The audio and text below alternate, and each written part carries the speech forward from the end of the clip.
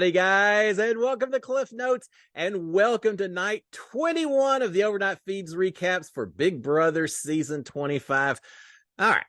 Well, what an interesting evening. We had the veto ceremony on Monday. Hisam was put on the block. Now there was all kinds of talking going on. The house guest actually went to bed at a decent hour last night, but that doesn't mean there wasn't a lot of conversation taking place. Here's the two things you need to know. If you don't want to hear anything else as part of this recap, the two things you need to know. One, Hisam is pitching to everyone, campaigning on and on and on, pretty much saying the same things, but Hisam's pitching to everyone. It's not working. At least right now, no one's wanting to keep Hisam on board. I still think he's going to go home on Thursday. So that's number one. Number two, everyone else is scrambling. Everyone is trying to form new groups. As soon as they form a group, they break up. They start talking about how much they don't trust other people in the groups. You've got groups overlapping. Two groups that are exactly the same except for one or two people. It has gotten so confusing. Jared finally at one point later in the evening, we'll talk about it, just said, I'm tired of it. I'm tired. We got to be honest with everyone within these groups because it's driving me crazy. People are panicking because of it. I get it. I absolutely get it. All right, so let's talk about it as quickly as we can. We'll get through this. Because they went to bed a little bit earlier than usual, I'm actually going to start a little bit earlier in the day as well. As I mentioned, Hisam continuing to pitch to campaign to everyone. He told Blue that Felicia was feeling really bad for backdooring him and what she had done. No, I haven't heard Felicia saying that she feels bad about that. But Hisam is telling Blue that. He talked to America for quite a bit, told America that Cameron had told the other side all about the family style alliance.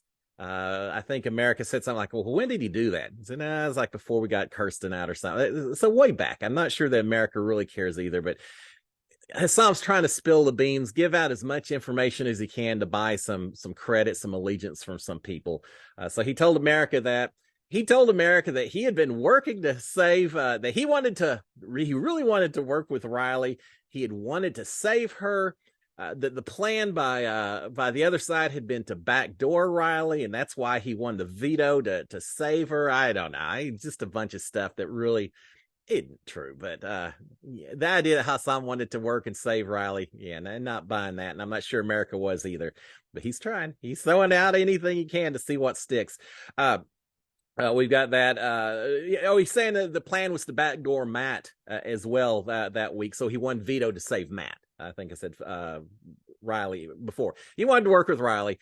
He won the veto to save Matt because, yeah, he's just that kind of guy that just protects people. He says that the old alliance, which is basically Cerie's side, wants him out. And that's why America and her side should actually save him because, of course, he'll go to bat against the professors, whatever the alliance over there is now. And so save me, and you got me 100%, America. He's told everyone, save me, I'll give you 100% loyalty and all of that. He is saying that he says, I can win. I've proven that I can win. Save me, I'll win. I'll get people out on the other side, and you got my support to the very end of the game. America's not really buying it. No one else is either. All right, we did have a little bit of a blow up that took place. As much as people are upset with each other, we haven't had a whole lot of real yelling or anything else. So we got a little bit of that yesterday morning between Izzy and Hisam. They're walking back from the have-not room. They're in the hallway just outside the HOH. And all of a sudden, Izzy turns to Hisam and says, why are you saying all that about me, about us? And there was followed by a screw you to him. He said, do you want to talk about it? She said, nope.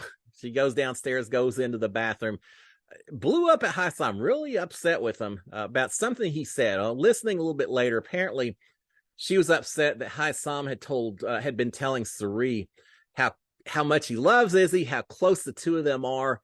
Izzy does not want Hisam to be trying to lump her in with him too much. I don't know if Hisam said that to try to drive a little bit of a wedge between Izzy or Cerie, or him just trying to show how loyal he is to people. I'm not sure, but Izzy was not having any of it. She doesn't want to have people thinking that she and Hisam are super close and maybe put a little bit of a target on her back. So she had enough. She called him out on it. All right, we've got Blue and Jared talking game 4 now. I'm not going to go into a lot of detail. Apparently, there's a little hanky-panky going on at some point during the day. We got the first official kiss that took place. Once they did that, I think it was Jared said, well, we got that out of the way. I think they got a couple of things out of the way. But for now, they're talking game. She's saying that she just does not feel good about America. And Jared's agreeing. America has kind of decided she wants to play like a double agent, I think. She's definitely trying to play both sides. People are picking up on it. It's putting her in a bad position. Blue doesn't trust America. Jared doesn't either. But they're both thinking and agreeing that really Cameron and Red need to be the next two to go. Remember those two names, because a lot of people are mentioning Cameron and Red. So they're saying, yeah, we don't trust America, but let's get out Cameron and Red. If one of them comes off the block, we'll put America up. Those are the three targets that we're looking at. Later, they tell Jag that America is acting sketchy. Again, that they don't really trust her. That Red and Cameron should be the next targets, but that America needs to be the renom option. Jag is not supporting America either. He basically says, yeah, she follows me around. She always wants to be right next to me whenever I'm having a conversation. But yeah, I get it, guys. I get it. So Jag throwing America under the bus a little bit as well. All right, we've got Red and Cameron talking. I give them credit. They're recognizing that they could easily be targets for the rest of the house and that they're in a precarious position.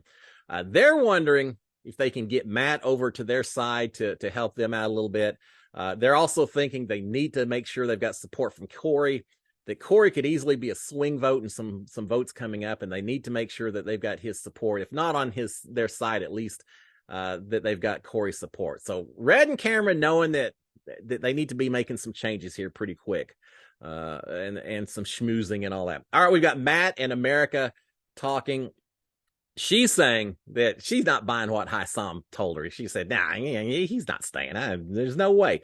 Matt's saying that he knows that Hisam was lying about the house all wanting Matt gone, and Hisam was the one that was protecting Matt. I'm not buying that at all. No one is, Matt. We understand. They do both think that Jared is playing both sides, which he is. And they also think that Jared and Corey are working with the other side, Suri, Felicia, Izzy's side. They're working with that side enough that they got to be careful about that. But Matt and America, they're working with the other side, and they're thinking that Jared and Corey will be safe because of that. America saying that Jag is a friend, not an alliance. Remember, Jag kind of distanced himself from America. Well, America's doing the same thing to Matt, saying, yeah, we're friends and all, but we're certainly not in an alliance. So yeah, you see these two trying to kind of get off the continually sinking boat that was the family style alliance and all of that. All right, we've got Suri talking to Matt. I think Felicia and Izzy were in the room as well. She's saying that she wants to go with a 7. I assume she's talking about this 7 alliance, a 7 deadly sins, a 7 savage sins, silent sins. I don't know. But this group of Matt and Jag and Blue and Suri and Jared and Izzy and Felicia. That's who Suri would like to go with. At least she's telling Matt that. And I kind of think she's being true to some degree. She does not trust Bowie Jane at all. And Matt is saying that he's okay with that group of 7 because he doesn't want to work with Cameron. So yeah, no Bowie Jane in there, no Cameron. They're both cool with this group of 7. I could see this group working at least for a few weeks. Beyond that, you got this little tight connection of Izzy and Felicia and Suri and Jared. That's a core group that I believe in. The rest of these things are just alliances of the moment, I believe. But yeah, Matt's saying I'm cool with those 7 and doesn't have Cameron. Suri saying doesn't have Bowie Jane, so I'm comfortable with it as well. Remember how I said Jag and America were distancing themselves from each other? Yeah, until they form a final 2 with each other. And I don't know, they had a name, the Tute or something, to the very end. I don't know, it sounds way too much like Fute from season 20. But yeah, as much as Jag and America in public are distancing themselves, they have said that they're going to have a final 2 together. We'll see if the 2 of them can make it to a final 2. Not looking great right now. All right, we've got Corey and Jared agreeing that Jag should be the next to go, followed by Red and Cameron. So yeah, Jag's not doing so much better than America right now in terms of being targeted. Jag first, then followed by Red and Cameron as far as the next nominees. Corey is talking about, remember, Corey and America have been flirting a little bit here and all that, but Corey is saying, yeah, America is digging her own grave. She's really creating problems for herself. He's wondering how much should he stick his neck out to let her know that she's in trouble, or should he just kind of let her go off into the distance? So he's trying to figure out loyalties versus strategy and what he needs to do with regards to America. All right, we've got Corey and Jag talking. I think they were in the scary room talking. They're saying they want to work together and kind of going over why maybe they didn't talk so much earlier with Riley and all that stuff, but they're saying they would like to work together.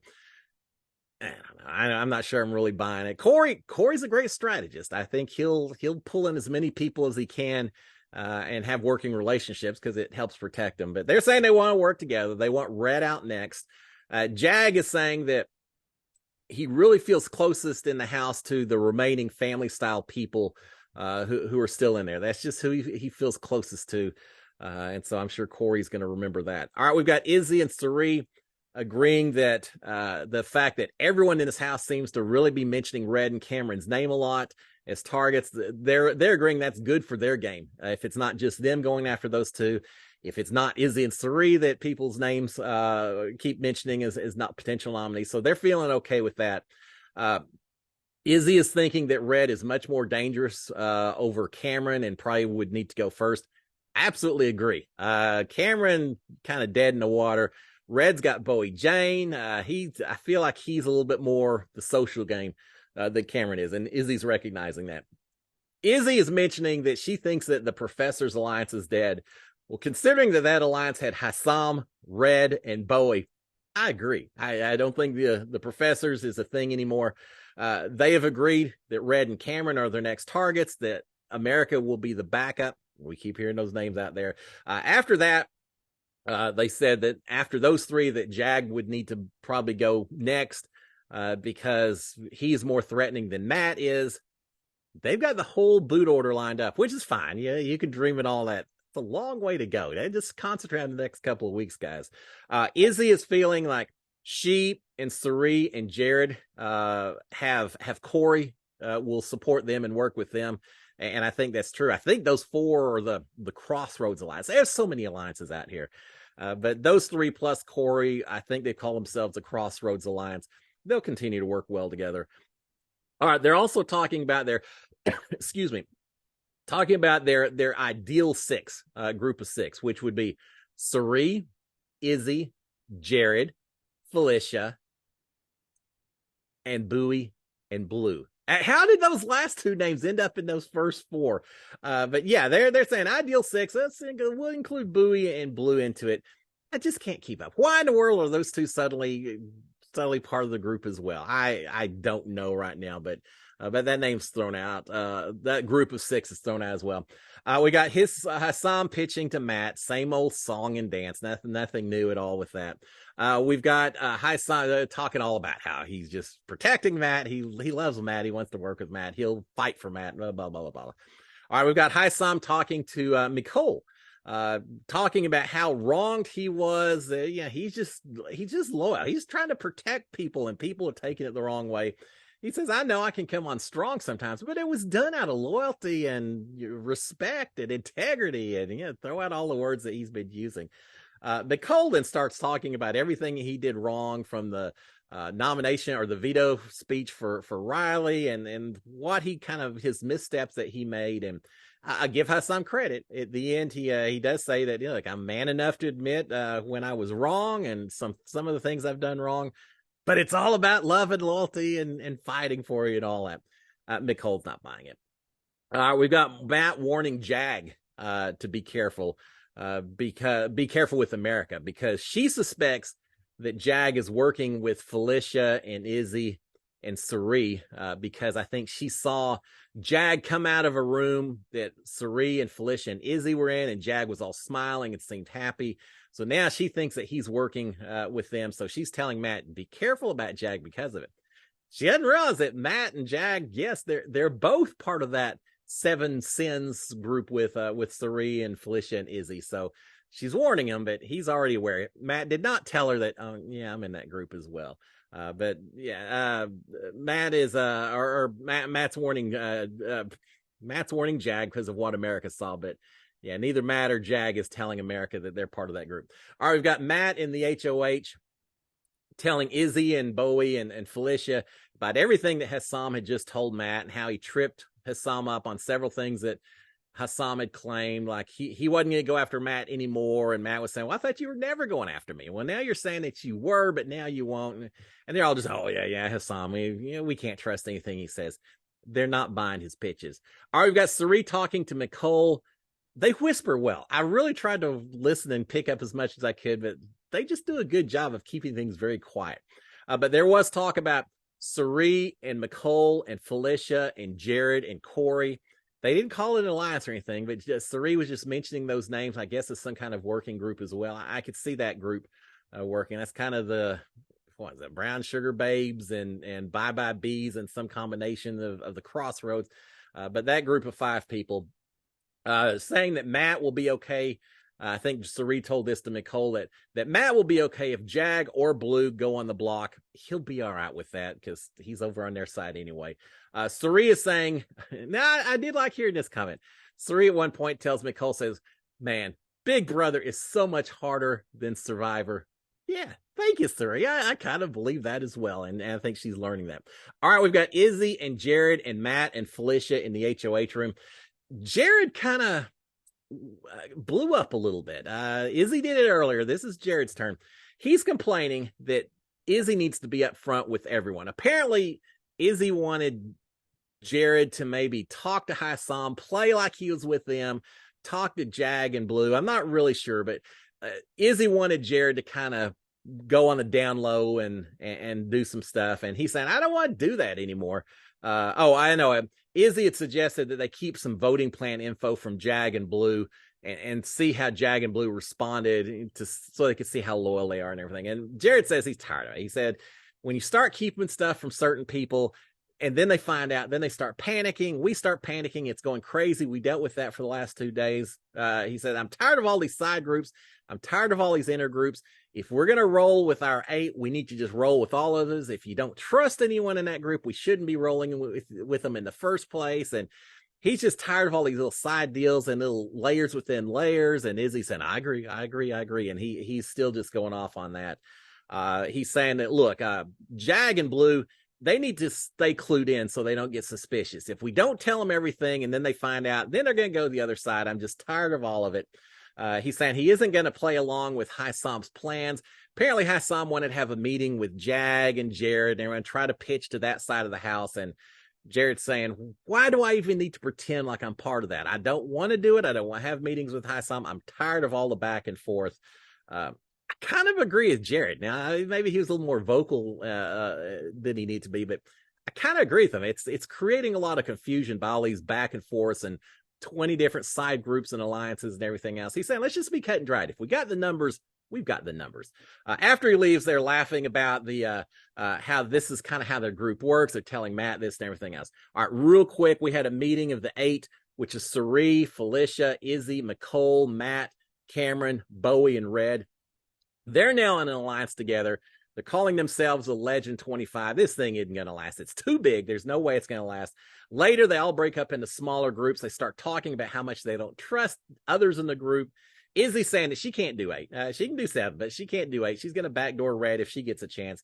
Felicia not trusting Bowie or Red. Izzy's worried that Jag is meeting with Hisam, but didn't tell them that he was going to meet with them. So is he really part of their group? This is an alliance of convenience for maybe the next week, and that's about it. They got Cameron and Red, or they got Red in there. It's not going to work. Sari's telling Felicia that Sari tells Felicia that Jared told her that Cameron told Jared that Sari and Felicia needed to be on the block next week. A lot of he said, she said, but at the end, Cameron wants Sari and Felicia on the block. So it certainly doesn't make it any easier to stay off the block when that gets back to Felicia and Sari. All right, we got Sari and Matt and Felicia and Izzy all talking to Blue about this alliance that includes Cameron and Red and Bowie and Mimi, Nicole, and Blue's trying to play a little bit as well, both sides. It's just not working. All right, we've finally got Jag, Jared, and Blue and Matt talking down in the scary room. Jared's talking about the other group, saying that these 3 or these 4 are in grave danger. He doesn't trust America. Jared's saying, but we do have the majority. Jared's playing both sides. And I think this is some of what he didn't like, that he's now in there having to talk to them and all of that. So, we'll close it at that. Everyone in bed by 12:30 or so. Again, Hisam's pitches aren't working. Everyone's aligning with everyone else. We'll see how it falls out after this. We've got the pressure cooker as the HOH combination. That's going to be fun. Whoever wins that HOH, we'll see who their true targets are, because right now everyone's just promising and lying to everyone, and lots of alliances out there.